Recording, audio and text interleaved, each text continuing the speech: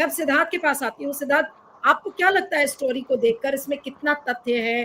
क्या इसके एंगल है? क्या वाकई में सरकार की ट्रेजरी में जो पैसे थे उनको डाइवर्ट किया गया है? ये कितना बड़ा अपराध है अपने आप में, अगर कोई पार्टी इस तरीके से फंड्स को, वो भी चुनाव के लिए, डाइवर्ट करती है, तो फिर क्या कहेंगे? जी, मेरे ख्याल से जो जनसुराज और प्रशांत किशोर ने कल खुलासा किया है उसको थोड़ा अगर सिंप्लीफाई करके, सरलीकरण करके समझने की कोशिश करें एक उदाहरण से, तो मान लीजिए मेरे ऊपर पहले से 4 लाख का कर्जा है और मैं मोहल्ले के किसी गुंडे से जाके 24,000 रुपए कर्जा और ले लूं कि मुझे कोई जरूरी काम है। उसके बाद उसमें से 14,000 रुपया मैं उड़ा दूं, किसी और चीज में उड़ा दूं, तो उसके बाद वो बात अगर गुंडे को मालूम पड़ जाएगी तो वो तो मेरी क्या हालत करेगा। मेरे ख्याल से प्रशांत किशोर और जनसुराज इसी बात का खुलासा वो कर रहे हैं। एसआईआर में हमें पता है कि बिहार में अधिकतर जो वोट कटे प्रोपोर्शनली, मतलब अनुपातिक ढंग से, वो गरीब ग्रामीण श्रमजीवी महिलाओं के वोट कटे। एसआईआर से पहले बिहार में जो पुरुष महिला अनुपात है, जिसे कि जेंडर प्रोपोर्शन बोला जाता है, मेल फीमेल रेशियो, वो 900 से ज्यादा था। एसआईआर के बाद वो 800 से 890 से नीचे गिर गया। इसका मतलब सबको पता है एसआईआर में ज्यादातर गरीब ग्रामीण महिलाओं का, गरीब ग्रामीण श्रमजीवी महिलाओं का वोट कटा। उसके बावजूद आश्चर्य यह होता है कि जिस समय वोटिंग होती है उस समय 10% महिलाएं ज्यादा निकलती हैं और वोट करती हैं। इसका मतलब बिल्कुल स्पष्ट है कि ये जो 10,000 दिया गया महिलाओं को, वो काम किया है। महिलाएं बाहर निकली हैं, उन्होंने वोट की हैं। क्योंकि इतनी महिलाएं निकल के बिहार में क्यों वोट की? क्योंकि बिहार में जो करीब 2.25 करोड़ परिवार हैं, कुल मिला के बिहार में 2.25 करोड़ परिवार हैं, उसमें से करीब करीब 1 करोड़ परिवारों की, मतलब 1 करोड़ घर की, पूरे घर की मासिक आय 6,000 रुपए से कम है। पूरे घर की, पूरे परिवार की मासिक आय 6,000 से कम है। तो सोचिए, जिस घर की मासिक आय 6,000 से कम है, वहां पर किसी एक महिला को या दो महिलाओं को एक मुश्त अगर 10,000 रुपए अचानक मिल जाएगा, तब तो उसका उसका तो वोट पर असर पड़ेगा ही। इसमें कोई दो राय नहीं है। अब सवाल ये उठता है कि 20 साल से सरकार में होते हुए भी बिहार ने महिलाओं को 10,000 नहीं दिया। क्यों नहीं दिया जा रहा था भाई? 20 साल से आपकी सरकार थी। 20 साल छोड़ दीजिए, 5 साल से तो थी। 5 साल पहले साल दे देते, दूसरे साल दे देते, तीसरे साल दे देते, चौथे साल दे देते, 6 महीना पहले दे देते। इतना सरकार होते हुए भी आपने ये 10,000 नहीं दिया। क्यों नहीं दिया भाई? क्योंकि आपके पास पैसा नहीं था। वो नहीं था क्योंकि ऊपर से आपके ऊपर 4 लाख का कर्जा था। बिहार के ऊपर 4 लाख से ऊपर का, 4 लाख करोड़ से ज्यादा का कर्जा है। तो जिसके पास कर्जा है वो देगा कैसे?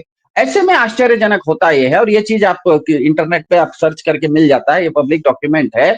9 सितंबर को वर्ल्ड बैंक की एक मीटिंग होती है। 9 सितंबर को, डेट बहुत मजेदार है। और उस मीटिंग में बिहार के किसानों की सिंचाई के लिए 24,000 करोड़ रुपए मंजूर होता है। ये मंजूर तो होता है यूएस डॉलर में, करीब 280 मिलियन डॉलर या कुछ है।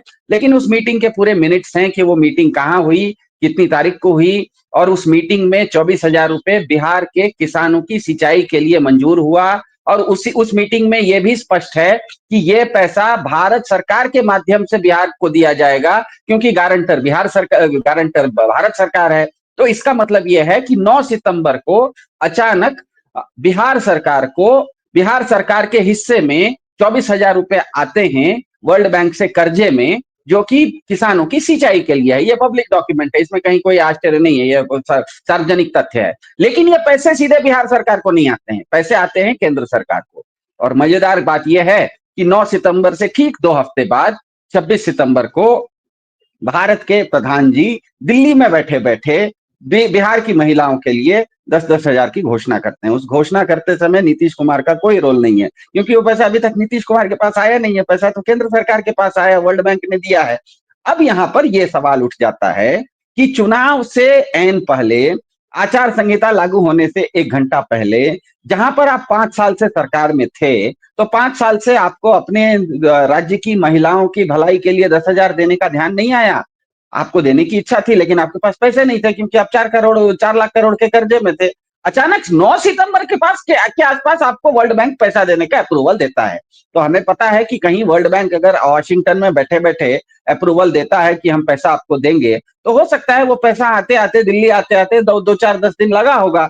तो ये बिल्कुल, ये जो कैलेंडर ऑफ इवेंट्स है, चेन ऑफ इवेंट्स है, ये जो टाइमलाइन है, ये टाइमलाइन देख के ऐसा बिल्कुल लग रहा है कि बिहार सरकार के पास, बिहार सरकार को, नीतीश कुमार सरकार को, भाजपा को पता था कि एक तो एसआईआर में उसने गरीब ग्रामीण महिलाओं का वोट ज्यादा काटा था, महिलाएं वोट नहीं जा रहा था, हारने की स्थिति दिख रही थी। जीतने के लिए उनके पास एक ही रास्ता बचा था कि उनके वोटरों को घूस देना, लेकिन घूस देने के लिए उनके पास पैसे नहीं थे, वो पहले से कर्जे में थे। संजोग से बिल्ली के भाग से छींका फूट गया। वर्ल्ड बैंक ने सिंचाई के नाम पे, किसानों की सिंचाई के नाम पे 24,000 करोड़ दे दिया, लेकिन वो 24,000 करोड़ नीतीश कुमार के पास नहीं आया। इसीलिए इस मामले में नीतीश कुमार बच जाएंगे, कहेंगे कि मैंने थोड़ी घोषणा की थी, घोषणा करने वाले तो प्रधान जी दिल्ली में थे, आप जाके दिल्ली को पूछिए।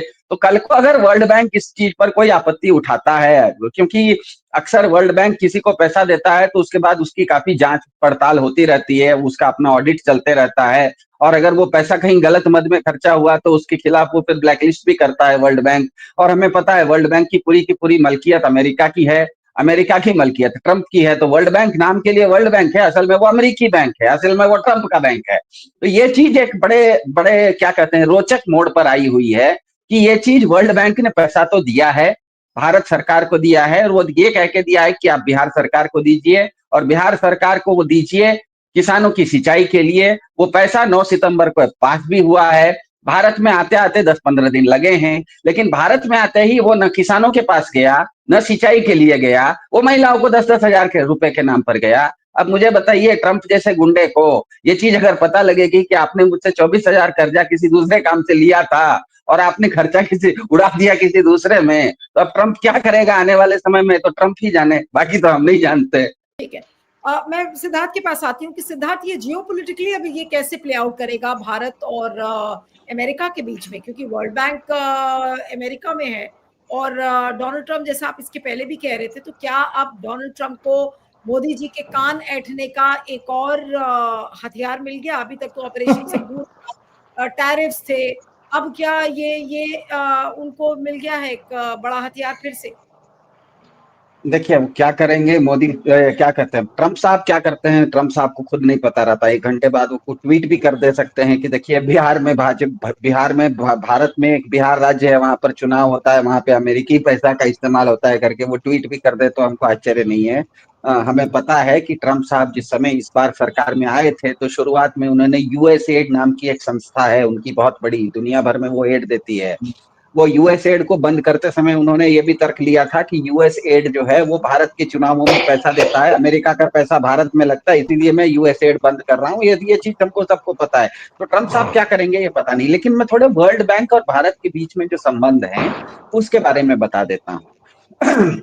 दुनिया में वर्ल्ड बैंक ऐसा एक बैंक, नाम के लिए तो वो वर्ल्ड बैंक है, लेकिन उसमें से असल में 16% वर्ल्ड बैंक की जो मलकियत है वो अमेरिका के पास है। 16%, भारत के पास 1% भी नहीं है। तो नाम के लिए वो वर्ल्ड बैंक है, लेकिन असल में वो अमेरिका का बैंक है। और आज की तारीख में दुनिया में नंबर 1 सबसे बड़ा कर्जदार, सबसे बड़ा कर्जा वर्ल्ड बैंक से अगर किसी देश ने लिया है तो वो भारत ने लिया है। दूसरे नंबर पर इंडोनेशिया है। भारत में वर्ल्ड बैंक का 3.25 लाख करोड़ रुपए का कर्जा है। अब वर्ल्ड बैंक जो है वो 25 साल के लिए, 30 साल के लिए कर्जा देता है और बहुत कम ब्याज पर देता है। मतलब अभी जो चर्चा का विषय आया है आज के विषय को लेके, जो 24,000 करोड़ रुपए वर्ल्ड बैंक ने 9 सितंबर को बिहार में किसानों की सिंचाई के लिए दिए थे, वो करीब करीब 25 साल का वो कर्जा था और वो करीब 6% सालाना ब्याज पर था। तो इससे पहले वर्ल्ड बैंक के साथ अगर किसी ने वर्ल्ड बैंक के पैसे को गलत इस्तेमाल किया है, वर्ल्ड बैंक के पैसे को लौटाया नहीं है, वर्ल्ड बैंक के साथ किसी ने अगर कोई बदमाशी की है, तो वर्ल्ड बैंक उसको कैसे निपटता है ये अगर देख लेंगे तो हमको समझ में आ जाएगा कि भविष्य में क्या होने वाला है। तो वर्ल्ड बैंक के पास एक स्टार नाम की एक इकाई है जिसका नाम है स्टोलन एसेट रिकवरी इंस्टीट्यूट। उसका काम ही होता है कि उसने जहां पर पैसा दिया है उसका अगर इस्तेमाल ठीक से नहीं हुआ है तो वो पैसा वापस कैसे लेना। जैसे हर बैंक में होता है, बैंक कर्जा देता है, अगर कर्जा वो नहीं लौटाता है तो बैंक के पास एक व्यवस्था होती है, वो जो कर्जदार है उसके घर जाता है, उससे पैसा लेता है, कुर्की जब्ती करता है। तो ये जो वर्ल्ड बैंक की संस्था है एक स्टार नाम की, स्टोलन एसेट रिकवरी इंस्टीट्यूट, ये अलग अलग कहीं पर उनको लगता है कि पैसे का मिसयूज हुआ है तो पैसा देना वो सस्पेंड भी करते हैं, कहीं कहीं पर एसेट सीज भी करते हैं, मतलब संपत्ति की कुर्की भी करते हैं, और कहीं कहीं पर सैंक्शंस भी लगाते हैं, मतलब प्रतिबंध भी लगाते हैं। और क्योंकि वर्ल्ड बैंक का 16% मालिकियत अमेरिकी ट्रेजरी का है। अमेरिकी ट्रेजरी मतलब भारत के रिजर्व बैंक जैसा। तो उनके ऊपर कोई अगर चीज ऐसी लगती है कि वो पैसा उनको वापस नहीं आ रहा है, तो वो अमेरिका के ट्रेजरी को भी, मतलब अमेरिका के रिजर्व बैंक को भी वो इन्फॉर्म करते हैं। उसके बाद अमेरिका क्या करता है, उसको अमेरिकी सरकार को फॉरवर्ड कर देता है। ताजा केस में केनिया एक देश है जिसने कि वर्ल्ड बैंक के साथ कुछ पैसा लिया था और उसको ठीक से लौटाया नहीं था। अमेरिकी ट्रेजरी को वर्ल्ड बैंक ने उसको फॉरवर्ड किया, और उसके बाद अमेरिकी सरकार ने केनिया के ऊपर दबाव बनाया। और आज स्थिति ये है कि हमें पता है कि ट्रंप साहब आने के बाद दुनिया भर में उन्होंने टैरिफ लगा दिया है। आपको आश्चर्य होगा, सबसे कम टैरिफ केनिया पर है, क्योंकि केनिया इतना ज्यादा वर्ल्ड बैंक के कर्जे में आ गया कि अमेरिका ने दबाव लाके ट्रेड वार होने से पहले, ट्रेड डील होने से पहले ही केनिया से मनवा लिया कि उसको जो जो चाहिए था। केनिया एक तरह से आज अमेरिका का क्लाइंट स्टेट बन गया है, सैटेलाइट स्टेट बन गया है, क्योंकि उसका कर्जा ले लिया था, लौटा नहीं पा रहा था, अमेरिकी सरकार के दबाव में आ गया। ये ट्रेड डील होने से पहले ही केनिया लाइन पे आ गया था। तो ट्रेड, आज आप अगर इंटरनेट सर्च कीजिए तो दुनिया में सबसे कम टैरिफ, यू अमेरिका तो सब देशों पर टैरिफ लगा रहा है, चीन के ऊपर 250% लगाया हुआ है, भारत के ऊपर 50% लगाया हुआ है, लेकिन केनिया के ऊपर कोई प्रतिशत नहीं है। तो केनिया को अमेरिका एक तरह से कंट्रोल कर लिया, क्योंकि उसने वर्ल्ड बैंक का पैसा लिया और ठीक से लौटाया नहीं। भारत में अगर इसका एक कोई उदाहरण देखिएगा तो 4 नवंबर को, इसी महीने के 4 नवंबर को गुजरात की एक इकाई है transformers and rectifiers India limited, उसको वर्ल्ड बैंक ने 3 साल के लिए बैन किया हुआ है। तो वर्ल्ड बैंक क्योंकि दुनिया भर को पैसा देता है, इसीलिए उस पैसे का ठीक उपयोग होता है कि नहीं उस पर वो नजर भी रखता है। और अगर ठीक से उपयोग नहीं हुआ तो वो पैसा वापस कैसे लेना, या आपको टाइट करके, ये मान के चलिए कि आप किसी एक बहुत बड़े मोहल्ले के गुंडे से आपने कर्जा लिया है, आप ये नहीं समझ सकते कि कर्जा ले लिया मैं उड़ा दूंगा लौटाऊंगा नहीं। वो गुंडा है, उसका काम ही है, उसको पता है पैसा देना कैसे और आपसे पैसा लेना कैसे। तो वर्ल्ड बैंक, और खास करके ट्रंप के अंडर में, वो वर्ल्ड बैंक नहीं है। सीधे सीधे ये मान के चलिए कि आपने बिहार चुनाव के नाम पर ट्रंप साहब की आंख में धूल झोंक के उनसे 24,000 करोड़ लिए हैं, उसमें से 14 का कुछ दूसरा बोल के लिया, कुछ दूसरे में खर्च कर दिया। शुक्र मनाइए कि ट्रंप साहब को ये बात अभी तक पता नहीं है। जिस दिन पता लगे कि ट्रंप साहब क्या करेंगे वो ट्रंप साहब खुद जाने।